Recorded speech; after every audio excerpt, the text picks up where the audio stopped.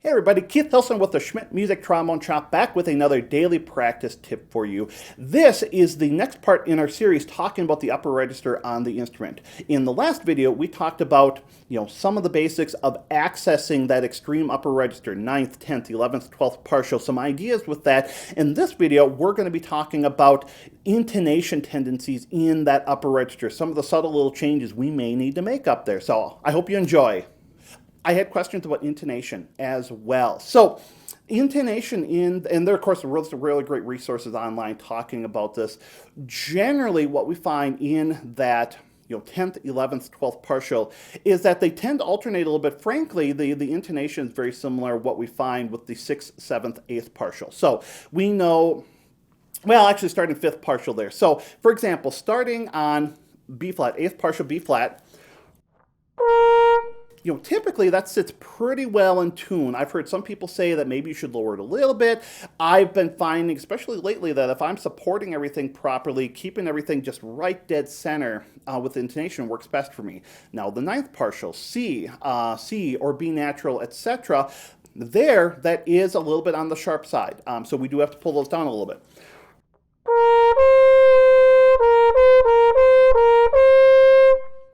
And hopefully we have the amount of control there so we can actually hear those differences in the intonation. So, but in theory, we should have to pull that 9th partial down a little bit. The 10th partial, D flat, if you choose to play C in 4th position, or in 3rd position rather, then that is going to be, if anything, sitting just a touch on the high side. I typically find there, as long as I'm keeping everything supported properly, everything locks in just fine.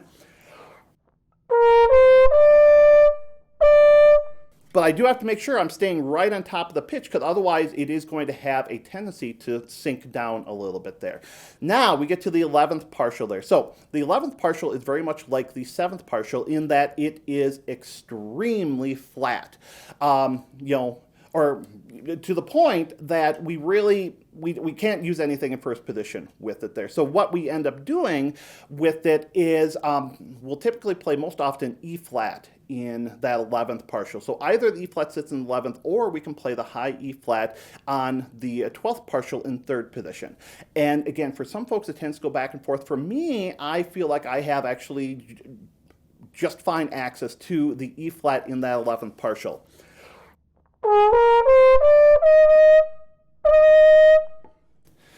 But knowing that we're going to have to stay really sharp with it there as well. Or, of course, we can play the E flat.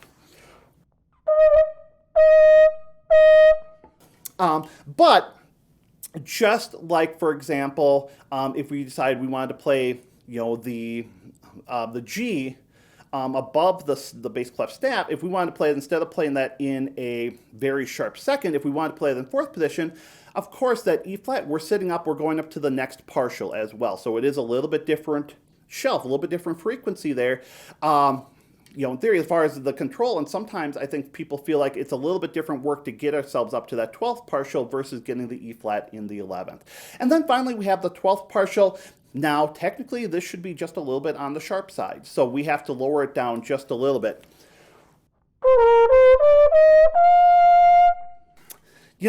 I'll be completely honest, I wish I had enough control up there and enough slotting where I could be super accurate with the intonation.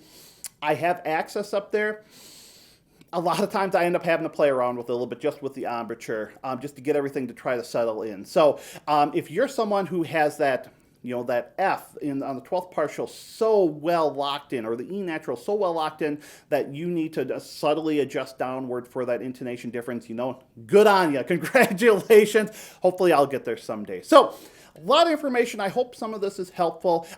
As always, if you have any questions, again, I'm not an expert with this upper register work, but again, I've tried to have a really nice functional upper register. So if you do have any questions that I can help with, I'm more than happy to do so. Or if you have any insight, if you've had experience with some of these ideas and would like to share, we'd love to have you contribute to our community. Feel free to leave those comments with the video here. Of course, you can always reach out to us via email, tromboneshop@schmidtmusic.com.